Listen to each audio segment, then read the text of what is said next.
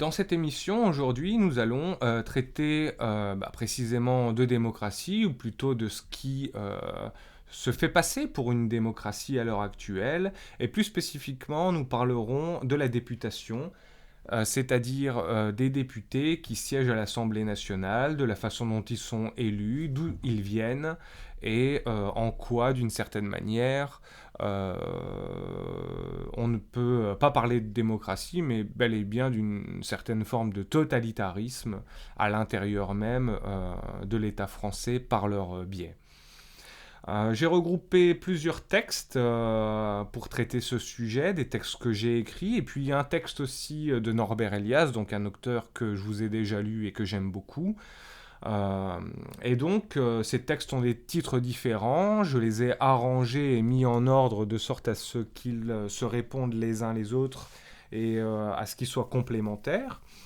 Et donc, le premier s'appelle Députation et répudiation de la démocratie.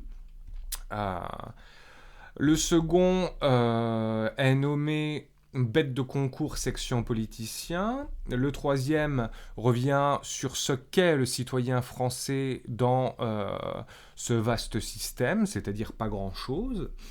Le texte suivant parle de démocratie qui doit être un régime politique et pas un spectacle. Le texte ensuite de Norbert Elias vient raconter en quoi on peut parler de totalitarisme dans le cadre précisément des institutions telles qu'elles existent et telles qu'elles sont agencées. Et enfin, je ferai un point avec un dernier texte sur la formation totalitaire au XXIe siècle. J'ajouterai peut-être, si j'ai du temps, quelques exemples de la façon dont les députés vous traitent dès lors que vous vous attaquez à leurs privilèges. Donc parlons un petit peu d'eux et commençons la lecture du premier texte qui va un petit peu poser les choses. Il y a 577 députés à l'Assemblée nationale.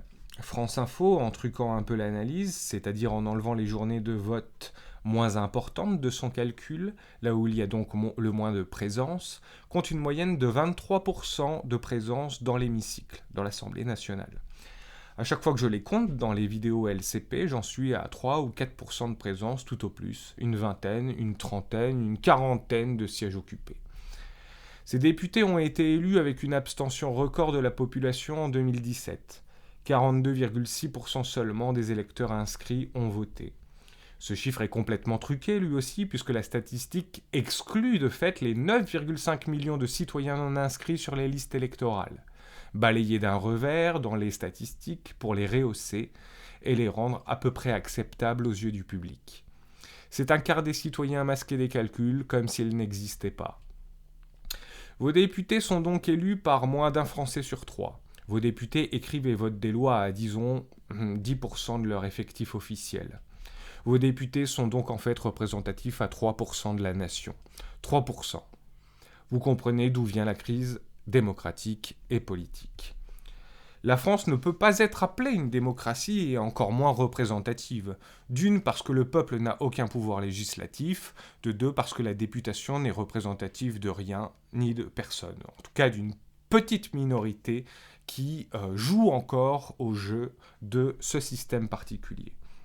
Donc pour ma part, et pour terminer ce premier texte, je proclame la députation comme étant illégitime. Elle ne parle pas ni ne règle ce problème majeur parce que les places sont très confortables et chaudes. Et on verra tout au long des textes que je vais lire que, eh bien, comme je le disais lorsque je lisais Chenet dans Histoire de la violence, que le premier principe du politicien, c'est d'abord de protéger son statut, sa place, son prestige, son salaire.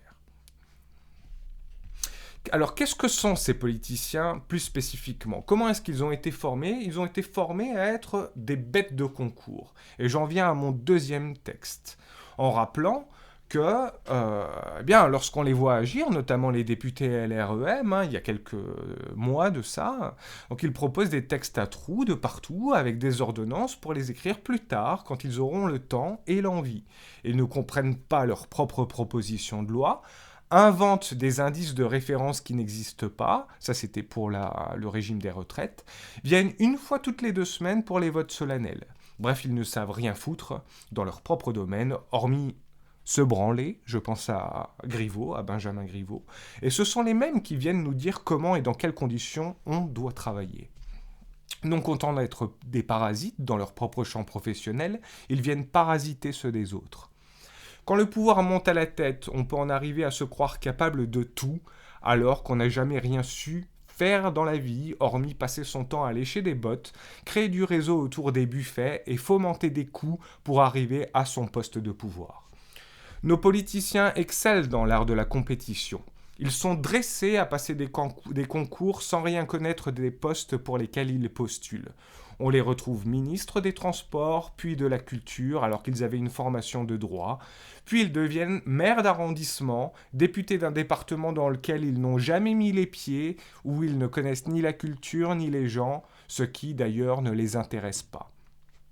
Voilà sans doute d'où émane aussi la crise politique actuelle. En fait, on les a juste dressés et formés dans les écoles à être de bonnes bêtes de concours et de compétition, bien présentés, bien nourris, le poil luisant, la crinière bien coiffée. Mais au-delà, ils ne valent pas un clou. Observez bien la vie politique. Vous pensiez naïvement que le travail commence à l'entrée en poste ? Observez, je vous dis. Vous verrez que leurs efforts se déploient et leur fatigue au travail se voit surtout dans la période électorale. Une fois élus, pour la plupart, et dans leur esprit, le taf est fini. Place à la récolte des fruits. Pour eux, le travail, ça n'est pas d'exercer en tant qu'élu. Le travail, c'est d'être élu. Maintenant, j'aimerais venir un petit peu sur finalement ce qu'est le citoyen français. Alors, quel est son droit dans cette démocratie ? Celui de voter. Ça, c'est ce que vous croyez être votre principal droit. Et donc, le troisième texte parle un petit peu de ça. Donc, à propos du citoyen français. On peut considérer que le citoyen français remplit 2 fonctions essentielles qui le définissent. Premièrement, par l'élection et la transmission de son pouvoir démocratique à un tiers, les citoyens français sont du bétail électoral à berner tous les 5 ans. Le citoyen français et sa participation active à la délégation de tous ses pouvoirs par le vote à des représentants est le premier levier essentiel pour donner une illusion démocratique. Cependant, tout dans ce scrutin est truqué, falsifié, de sorte à élire ce que les puissances économiques et industrielles ont déjà pré-élu pour vous. On ne s'intéresse à vous demander, on ne s'intéresse à vous que dans le cadre électoral, en vous prenant comme une masse homogène et imbécile. Les Français veulent, les Français attendent que du bétail électoral. Une unité, le français, les Français, rhétorique et simplificatrice. Il est faux de dire que vous pouvez vous présenter en personne à une élection et que vous avez une chance d'être élu. D'une, parce que les élections coûtent très cher, et elles coûtent très cher précisément pour vous en écarter. De 2, parce que vous n'aurez strictement aucun accès médiatique étant traité comme un petit candidat, pour ne pas dire une farce, un candidat de pacotille, un poids-plume, une grenouille qui veut se faire plus grosse que le bœuf. Je ne parle même pas des élections européennes où personne n'est sélectionné par le peuple, mais où toutes les sélections des députés de l'UE aux commissaires sont magouillées à l'intérieur même des partis et par eux-mêmes, non pas par vous. Plus on monte dans la hiérarchie, moins c'est démocratique, plus c'est scellé par ceux qui détiennent le pouvoir pour ne pas laisser passer le moindre souffle d'air populaire. Deuxièmement, une fois les élections passées, une fois que vous avez bien élu et qui on vous a dit d'élire, le citoyen doit remplir son rôle central et quotidien, celui de main-d'œuvre pas assez bon marché. Il n'est plus question que d'économie, de croissance, de productivité. Vous changez de chemise et n'êtes alors plus que des producteurs à exploiter le reste du temps pour faire un peu plus de fric chaque année, les instruments du capitalisme. En somme, des animaux domestiques, labourant les champs et un peu fatigants d'ailleurs, à demander un peu plus d'avoine, une meilleure literie et un peu de chauffage dans vos petits enclos l'hiver. En France, on a déjà exploité le bétail pour bien moins que ça, sans tous ces privilèges qu'il est temps d'anéantir. Alors serrez-vous la ceinture en sacrifice pour la France. C'est si noble. Et si vous n'êtes pas content, vous pourrez toujours élire le nouveau candidat qu'on vous proposera la prochaine fois et qui vous tendra, comme le pompon dans les manèges, ce que vous attendez. À ce titre, on peut reprendre un petit peu les slogans de campagne de quelques politiciens des dernières décennies, avec par exemple Macron et son Révolution. Hollande, le changement c'est maintenant. Mitterrand, un président jeune pour une France moderne. Jospin, le président du vrai changement. Bayrou, la relève, le changement. Ségolène Royal, pour que ça change fort. Eva Joly, l'écologie, le vrai changement. Alors je vous pose la question, est-ce que vous n'êtes pas trop bouleversé par tous ces changements? Cela ne va-t-il pas un peu trop vite pour vous, les Gaulois réfractaires aux réformes? Sans doute que si. Alors taisez-vous, arrêtez de vous pencher sur ce que vous ne maîtrisez pas et qui est affaire d'experts qui savent mieux pour vous que vous. Vous avez accepté sciemment de renoncer à vos leviers politiques en déléguant tout pouvoir par l'élection représentative. Il n'est plus question de contester les choix de l'élu.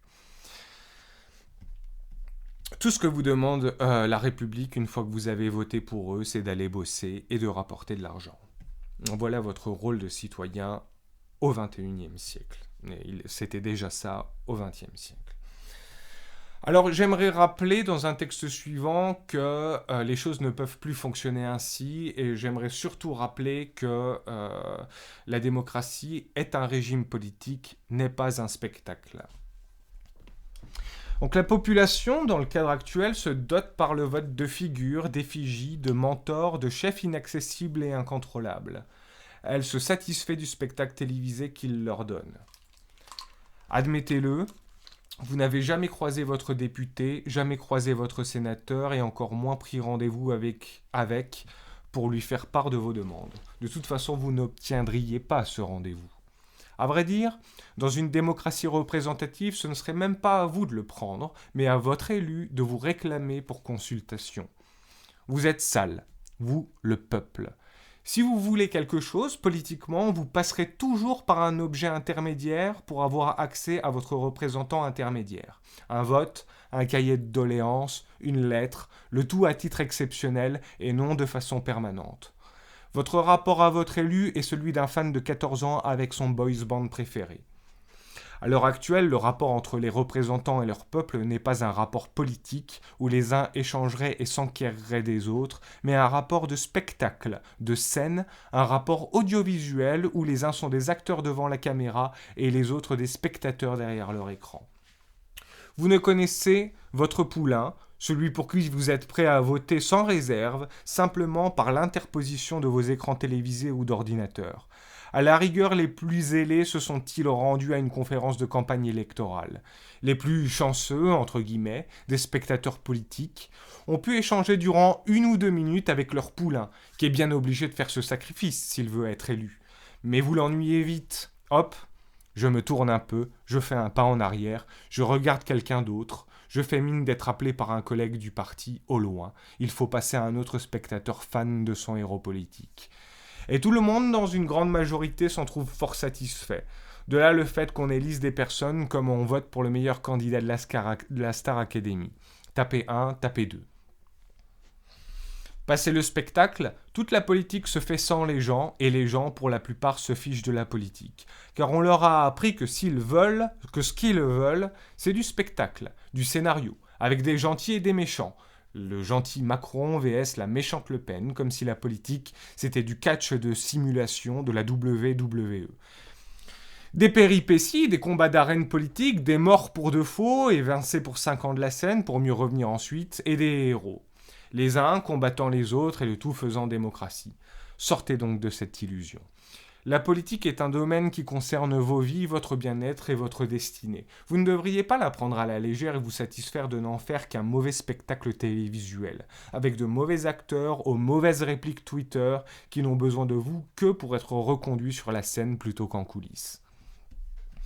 Donc voilà, ce texte traite d'un véritable problème, hein. Vous êtes des inactifs, hein. Tout votre rôle politique, c'est l'inaction, la passivité, et eh bien finalement, vous n'êtes que des consommateurs politiques, hein, en regardant vos élus ou vos prochainement élus, et puis en allant glisser le billet rituel dans la petite boîte. Donc vous allez payer, hein, vous payez, hein, pour que, avec un billet de papier préimprimé au nom de votre poulain, pour qu'il soit élu. Et puis ensuite, bon, voilà, tout votre rôle, hein, c'est d'aller bosser, et quand vous rentrez du travail, de regarder ce que votre poulain fait. Donc il est temps aujourd'hui de transiter et de passer à une société où chaque citoyen français est partie prenante de la politique même du pays, et non plus un pour 100 000, un pour 200 000, un pour 300 000, que ces 300 000, et même pas, hein, on a vu dans le premier texte qu'on ne les élisait pas en fait, hein, et que leur élection en fait était le produit d'une petite minorité qui est encore sous illusion de ce système. D'accord ? Donc voilà, hein, on est face à un problème que ces premiers textes soulèvent, celui d'une démocratie qui n'en est pas une, celui de députés qui ne travaillent pas pour vous servir, et celui d'un régime politique qui est avant tout un régime de spectacle. Et maintenant, je vais, grâce au texte de Norbert Elias, vous parler finalement de cette députation comme d'une structure voilée de ce qu'est du totalitarisme français. Et je vais vous montrer, en tout cas je vais essayer de défendre l'idée que finalement droite, gauche, France Insoumise, FN ne sont que les ailes d'un même pouvoir de domination. Qu'est-ce que nous dit Norbert Elias ? J'adore ce texte et donc je vous le rapporte. C'est un texte qui est tiré du livre La société de cour et raconte comment les nobles, les bourgeois, etc. étaient autour du roi pour un même système de domination contre la population. Et c'est bel et bien, de mon point de vue, ce même système qui a cours au XXIe siècle. Lisons-le. En dernière analyse, c'est bien la nécessité de cette lutte pour les chances de puissance, de rang et de prestige toujours menacées qui poussait les intéressés, à savoir les nobles à l'époque, en raison même de la structure hiérarchisée du système de domination, à obéir à un cérémonial ressenti pour tous comme un fardeau. Aucune des personnes composant le groupe n'avait la possibilité de mettre en route une réforme. La moindre tentative de réforme, la moindre modification des structures, aussi précaires que tendues, auraient infailliblement entraîné la mise en question, la diminution ou même l'abolition des privilèges d'individus ou de familles. Une sorte de tabou interdisait à la couche supérieure de cette société de toucher à de telles chances de puissance, et encore bien moins à les supprimer. Toute tentative dans ce sens aurait mobilisé contre elle de larges couches de privilégiés qui craignaient, peut-être pas à tort, que les structures du pouvoir qui leur conféraient ces privilèges ne fussent en danger de céder ou de s'effondrer si l'on touchait au moindre détail de l'ordre établi. Ainsi, rien ne fut changé. En rompant leur chaîne, les nobles de la cour mettaient aussi un terme à leur existence d'aristocrates. Ainsi, dans les engrenages du mécanisme de la cour, la volonté des uns de s'imposer suscitait cette même volonté chez les autres. Lorsqu'un système bien équilibré de privilèges est parvenu à une certaine stabilité, aucun des privilégiés ne peut s'en évader sans ébranler les fondements même de son existence personnelle et sociale. Les privilégiés, prisonniers des filets qu'ils se jetaient réciproquement, se maintenaient pour ainsi dire les uns les autres dans leur position, même s'ils ne supportaient qu'à contre-cœur le système. La pression que les inférieurs ou les moins privilégiés exerçaient sur eux les forçait à défendre leurs privilèges. Alors ce texte-là est intéressant parce qu'il rappelle que vos députés sont des privilégiés et ils sont, si vous voulez, entre le marteau et l'enclume. C'est-à-dire qu'ils appartiennent à la classe dominante et donc sont très bien payés, avec de très belles places, de très beaux postes, et puis surtout beaucoup d'intérêts liés à la fonction. Et d'un autre côté, eh bien, ils sont censés représenter et servir le peuple. Alors là, on a un problème. C'est-à-dire que eh bien, leur légitimité vient du bas, mais c'est le haut, d'une certaine manière, qui dicte à proprement parler leur propre trajectoire. Et voilà la contradiction fondamentale de ce qu'est un député à l'heure actuelle, ou en tout cas un député trop bien payé. C'est-à-dire que, avant même de vous servir, ce qui compte pour lui, de façon très individualiste et égoïste, ce sera de raffermir sa position à lui, hein, et surtout de se servir lui-même avant les autres. Et c'est pour ça que ce que dit Norbert Elias, c'est que on ne peut rien réformer, parce que dès lors qu'on commence à réformer des choses pour la population, c'est à des privilégiés, à des couches privilégiées qu'on enlève des choses. Or, vos politiciens et vos députés appartiennent à ces couches privilégiées. Il n'est donc pas question d'affaiblir le groupe social auquel ils appartiennent, hein, pour vous servir. Ou en tout cas, il est question d'avoir une espèce d'entre-deux où les couches sociales privilégiées ne sont pas trop touchées, mais où on arrive un peu, à la rigueur, à améliorer votre sort, hein, mais pas de beaucoup, pour ne pas que vous vous rebelliez. Hein, et dès lors que le groupement politique penche beaucoup plus vers sa classe sociale, c'est-à-dire les privilégiés, pour en défendre eh bien, tous les intérêts, hein, comme c'est le cas par exemple avec Macron à l'heure actuelle, eh bien évidemment, hein, la couche du bas, la population, elle est en tension, hein, puisque précisément pour arroser les privilégiés, il faut bien prendre l'argent quelque part, il n'y a pas d'argent magique, et donc on le prend, hein, aux travailleurs. Hein, on le prend aux travailleurs et on le réinjecte en haut, hein, de la pyramide économique et sociale. Et donc, eh bien, ça pose problème parce que, eh bien voilà, les députés sont dans cet entre-deux-là. Donc d'abord, ils défendent leur propre classe sociale. Et ensuite, à la rigueur, s'ils ont un peu de temps, ils viendront un peu vous défendre vous, mais surtout, ce qui est de leur intérêt, c'est de ne rien changer pour que leur position sociale, elle, reste ce qu'elle est, voire de l'améliorer un petit peu, petit à petit, hein. Donc voilà, ce qui se passe, c'est qu'on parle de Mélenchon ou de Marine Le Pen, de toute façon, les deux sont millionnaires, hein, de la même manière que Macron. C'est-à-dire que les trois personnes qui fondent le paysage politique, les trois effigies du paysage politique français à l'heure actuelle, ce sont des millionnaires. D'accord ?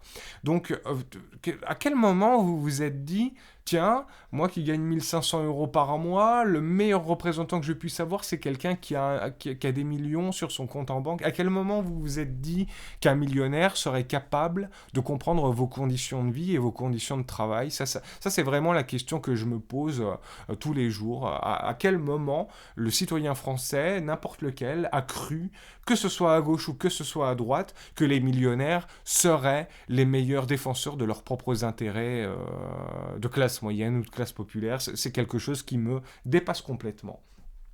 Donc eux protègent leur capital économique surtout, et contre le peuple, hein, puisque ce capital économique, quelque part, ils le gagnent sur le dos du peuple. Hein, mais bien évidemment, si vous allez dans les bureaux de vote et que vous les élisez, vous leur donnez la légitimité de continuer, et vous donnez la légitimité à ce système, hein, de perdurer, puisque en fait, vous leur apportez l'huile de la machine, hein, tout simplement.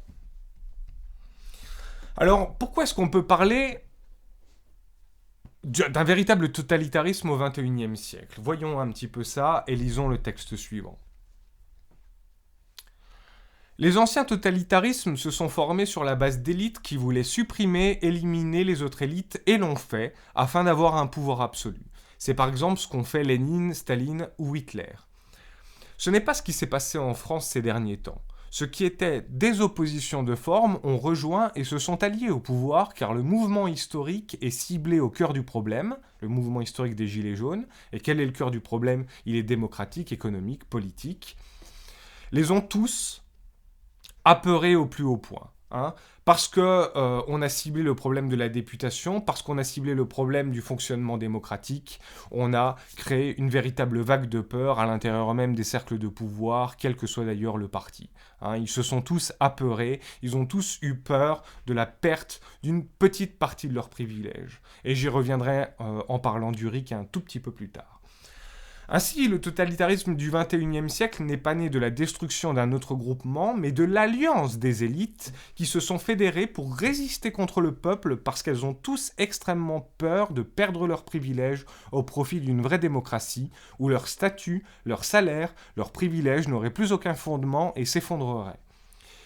Pourtant, la naissance de la démocratie est logique. L'école s'est démocratisée pour toute la population au début du XXe siècle et une seconde fois dans les années de Gaulle qui a ouvert les lycées et les universités progressivement aux classes moyennes et populaires.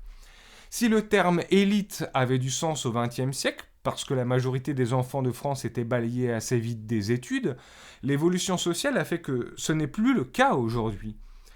Notez que Sarkozy n'avait qu'une licence, bac plus 3, Hollande une maîtrise, bac plus 4, Macron un master, bac plus 5. Ceci n'a plus rien d'exceptionnel, et une quantité d'autres concitoyens arrivent à ces stades d'études et brillent plus qu'eux, intellectuellement, culturellement.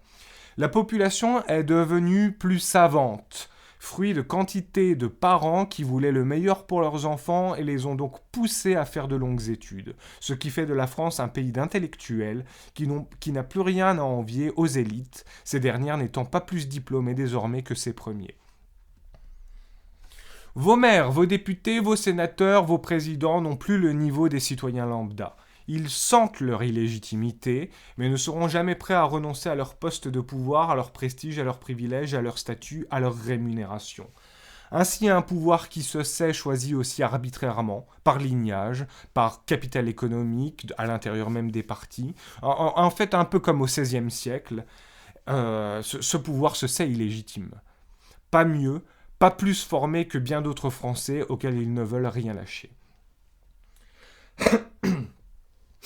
L'avarice, la cupidité et l'hypocrisie les poussent donc à devenir de plus en plus violents, barbares, alors même qu'ils se pensent plus raffinés et plus civilisés que la population, ce qui n'est qu'un leurre d'amour-propre appris dans les grandes écoles, et, pour conserver l'héritage et le capital qui est le leur, contre la population qui demande légitimement la démocratie, ils sont prêts à tuer, à assassiner, à opprimer, à réprimer.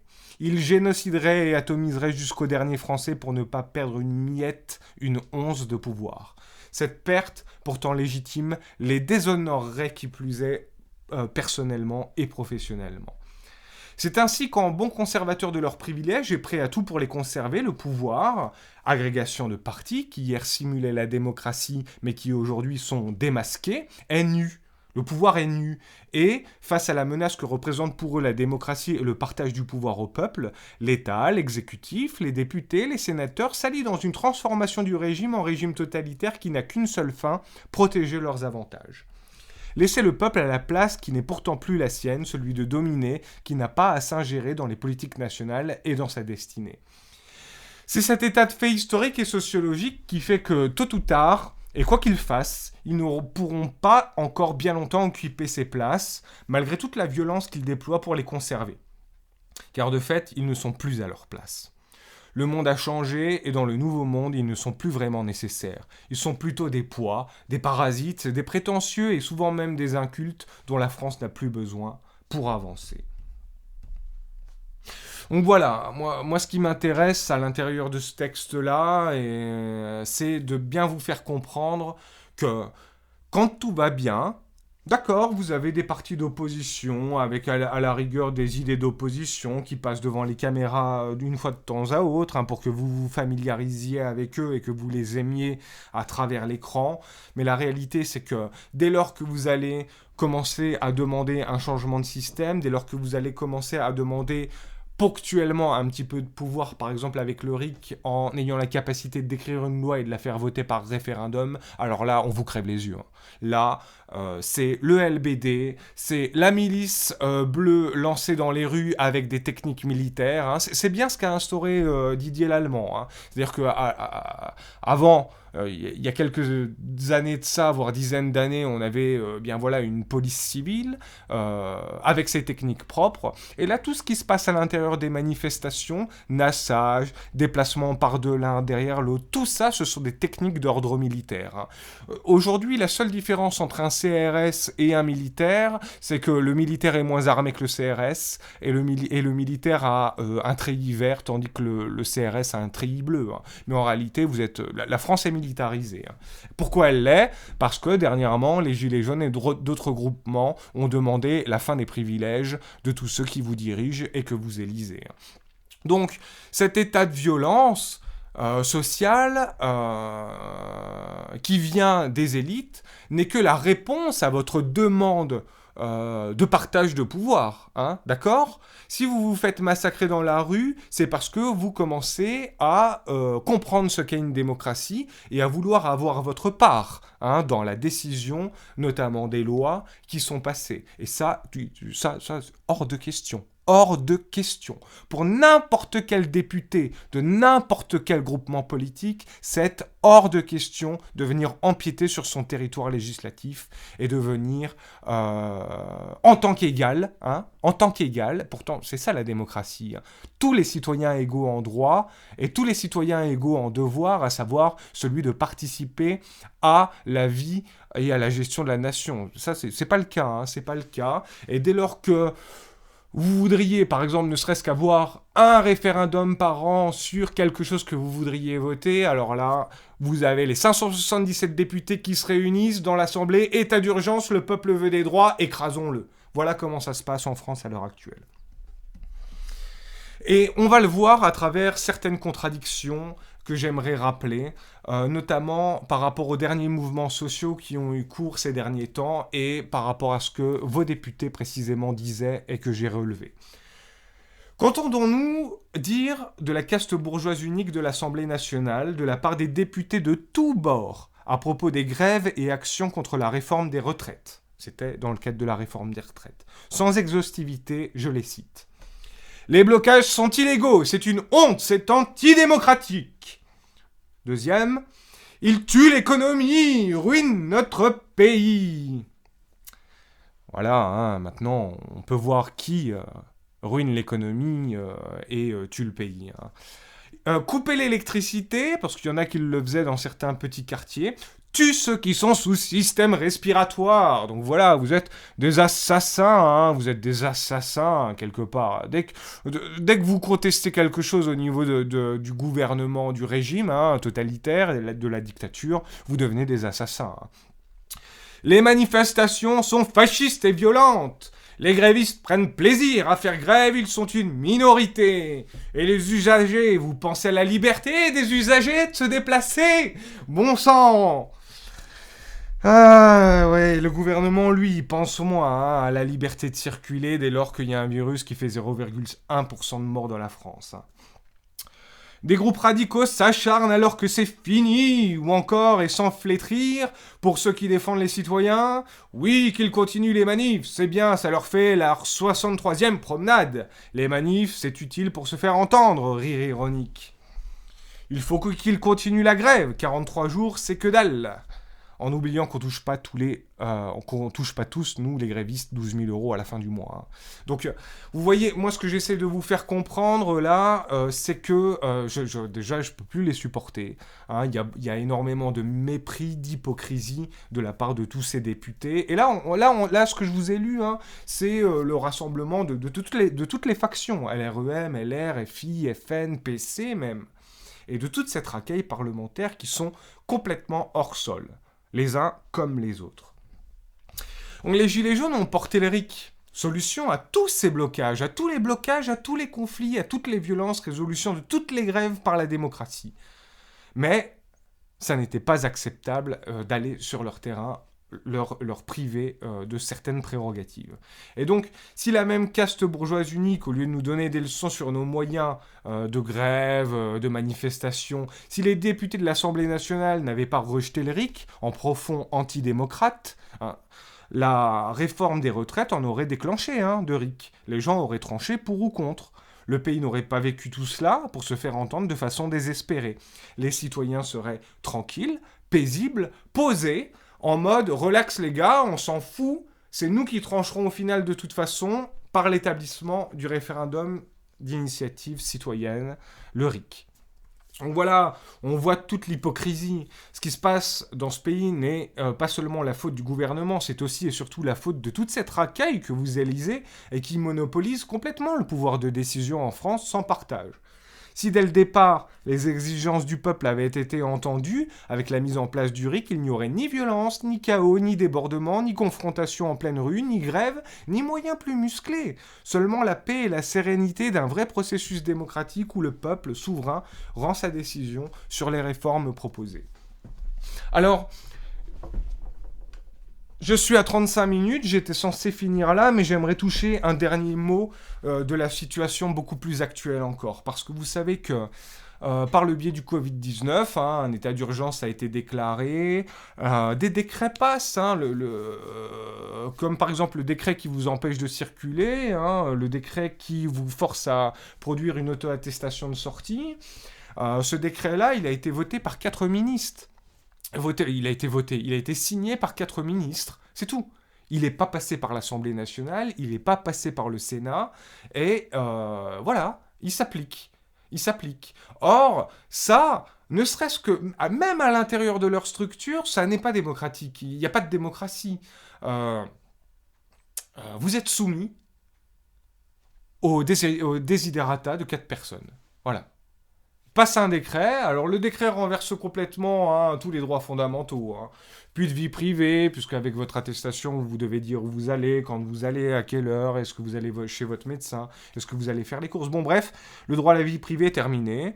Le droit à la circulation libre, qui est dans tous les textes fondamentaux, terminé. Bref, un simple décret signé par 4 personnes renverse finalement tout le régime du droit français et toute la hiérarchie même des textes.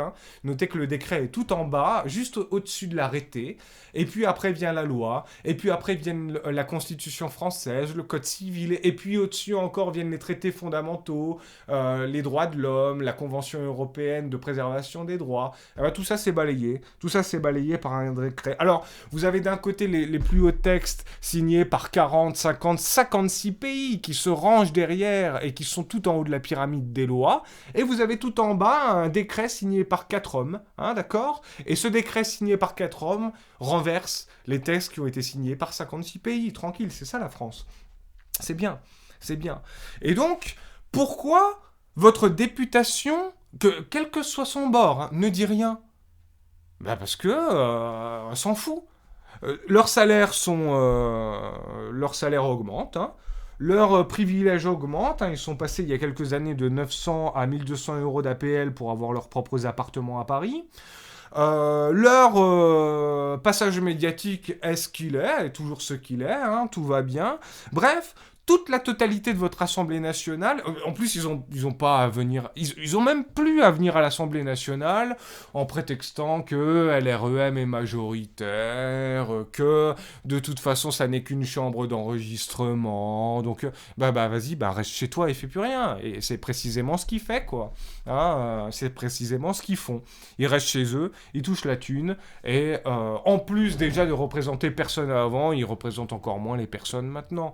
Mais ils conservent leurs privilèges. On gravite, on a basculé dans une dictature parce que toute la France est dirigée par un conseil secret qui n'aimait plus de rapports, qui n'aimait plus de compte-rendu de réunion. C'est Macron. Le général des armées et trois autres bonhommes ministres qui se réunissent et qui décident de tout, dans le cadre de l'état d'urgence. Et vos députés roulent. Pas de problème, les gars, continuez comme ça fait déjà 9 mois, ça a été revoté à 4h du mat par 3 mecs jusqu'à avril, tout va bien. On est entré dans une dictature, vos députés sont tranquilles, parce que dans cette dictature-là, ils conservent tous leurs privilèges. Par contre, quand vous leur avez demandé le RIC, quand le 4 décembre 2018, il y a eu une manifestation un poil violente qui s'est approchée de l'Assemblée nationale, le lendemain, vous aviez les 577 députés à l'intérieur de l'Assemblée nationale en état d'urgence. Le peuple veut nos droits, le peuple veut nous prendre des droits, réunissons-nous et cassons-le, cassons-le, cassons-le. Voilà à quoi servent vos députés. À rien. Pour vous, en tout cas, à rien. Et ils se servent en permanence, et les seules personnes qu'ils représentent, ce sont eux-mêmes et leurs privilèges. Voilà. Si vous étiez dans un État, à la rigueur, dans une démocratie représentative, pour laquelle la démocratie était une valeur, le RIC aurait été une évidence pour les 577 députés.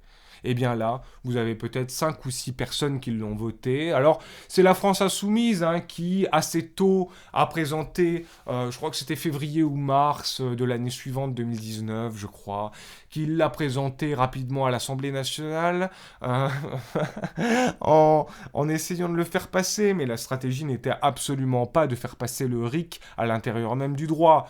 La stratégie de la France Insoumise, c'était de le présenter le plus tôt possible contre la majorité macroniste pour que cette idée du RIC soit complètement balayée, qu'elle soit rejetée par l'Assemblée nationale et qu'elle soit balayée parce que c'était un danger ce RIC. Et d'ailleurs, ce RIC était un risque. Et de fait, le RIC a été complètement balayé. Et si vous vous souvenez bien de ce qui s'est passé après ça, après que la FI ait présenté le texte pour pouvoir mieux le balayer de l'esprit des Français, par un non massif, après ça, plus personne n'en a parlé. Même dans les cercles citoyens, les affiches, la propagande pour faire valoir ce référendum d'initiative citoyenne, tout ça, ça a petit à petit disparu. Avec l'aide des médias, évidemment, qui sont passés à d'autres sujets et qui vous ont fait oublier cette réforme voulue par la population, par 86% de la population selon les sondages.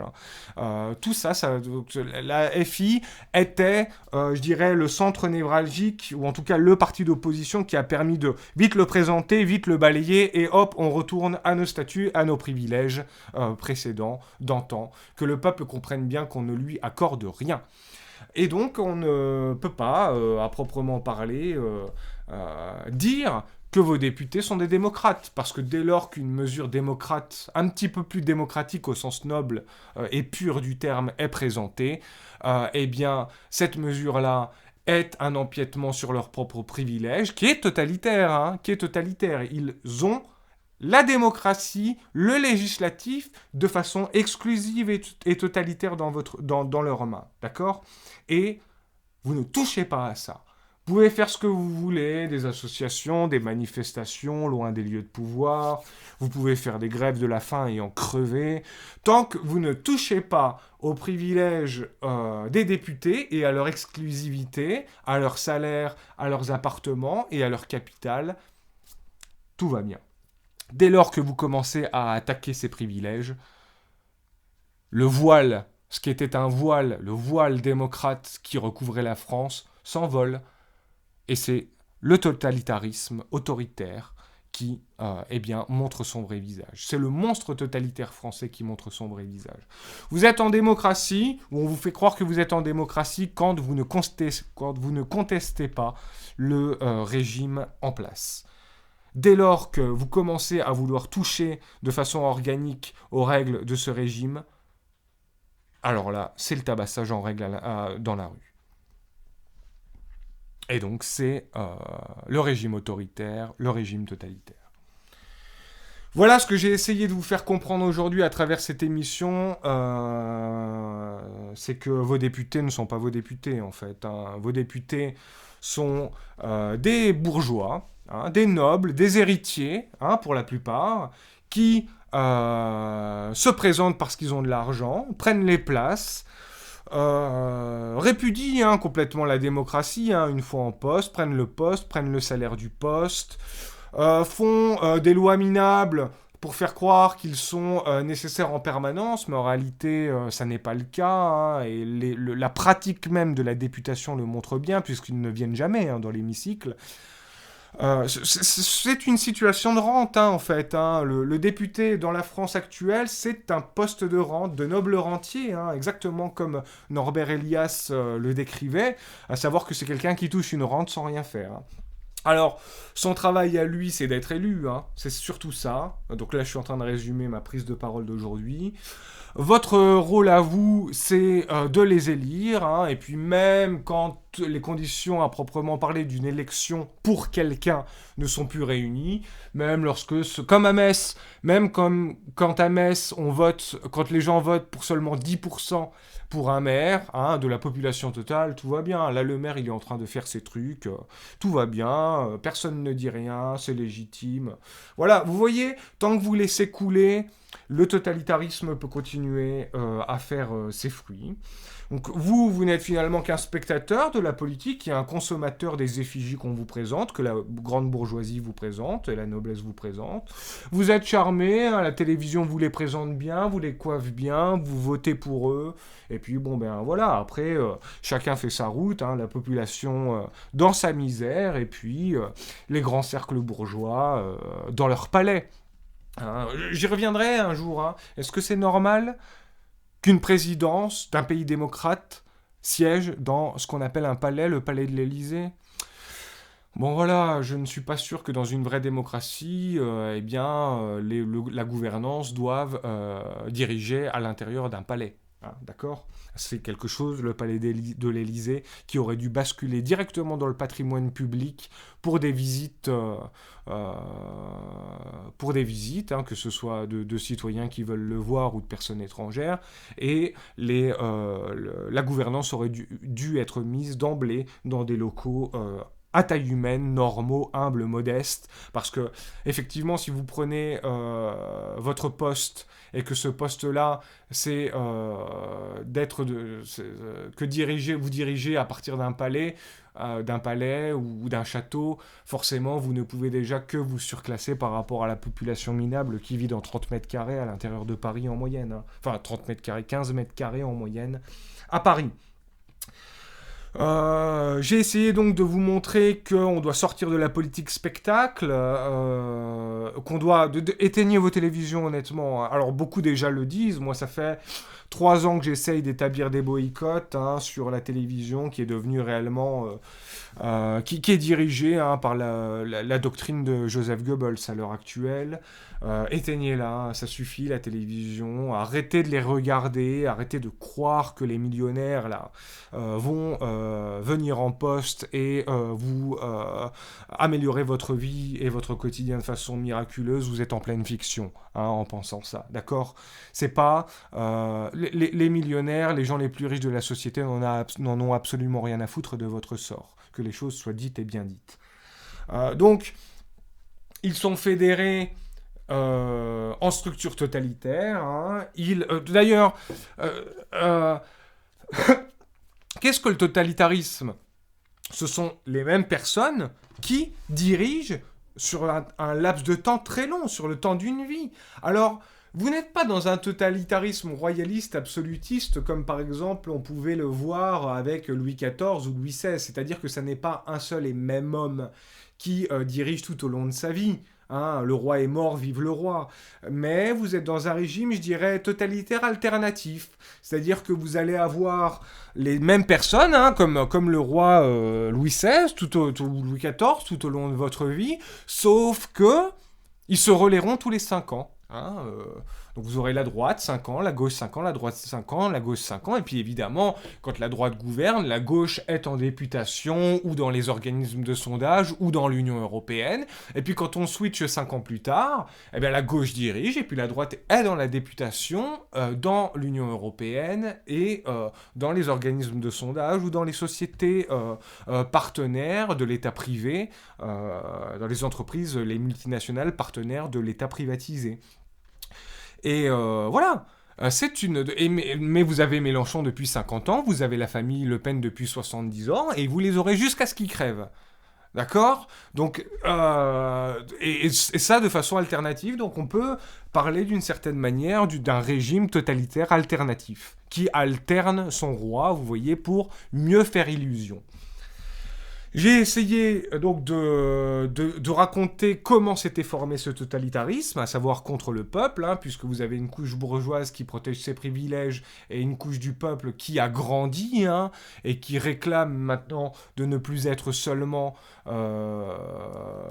l'électeur, mais bel et bien le décideur. Hein, et c'est pour ça qu'on traverse une crise aussi grave. Hein, c'est parce que on est dans une guerre, comme dirait Macron, dans une guerre de politique, dans une guerre de légitimité, et les anciens politiciens veulent à tout prix garder leur poste et leurs prérogatives de façon exclusive, et la population, elle, qui les voit complètement dérailler, hors sol, atteindre des sommets de richesse sans jamais rien faire pour la population, veut récupérer une partie de ce pouvoir pour se servir elle-même. Et ça, c'est inacceptable pour eux. Voilà pourquoi eh bien, on est dans une crise aussi fondamentale aujourd'hui en France. En fait, et j'y reviendrai, vous ne devez pas penser le régime à l'heure actuelle comme une démocratie où vous auriez des élus représentatifs. Vous devez penser le régime français du début du XXIe siècle comme une guerre de classe sociale où les plus riches ont le pouvoir, les plus pauvres le veulent aussi, et donc les plus riches combattent les plus pauvres pour pouvoir le conserver, tandis que les plus pauvres essayent de s'élever contre les plus riches pour en capter un petit peu afin d'avoir aussi une petite part du gâteau. Voilà quel est le problème à l'heure actuelle. Et tout ça sous la belle image d'une démocratie représentative qui n'en est pas une.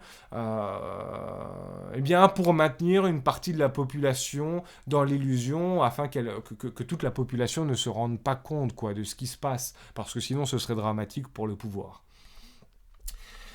Voilà pour mon intervention d'aujourd'hui. J'ai peut-être parlé un peu vite, mais on est sur radio, donc vous aurez tout le loisir, si vous voulez, de réécouter des passages. Je reviendrai sur d'autres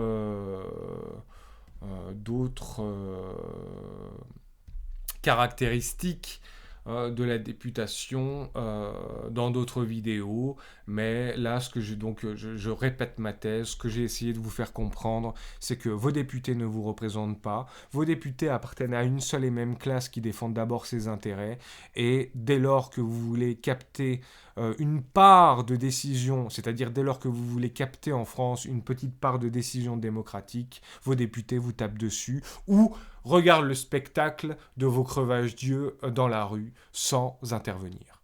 Elle est là la réalité à l'heure actuelle du système politique français. Je vous remercie et je vous souhaite une agréable soirée. Vous étiez sur Radio Résistance Démocratie de RD.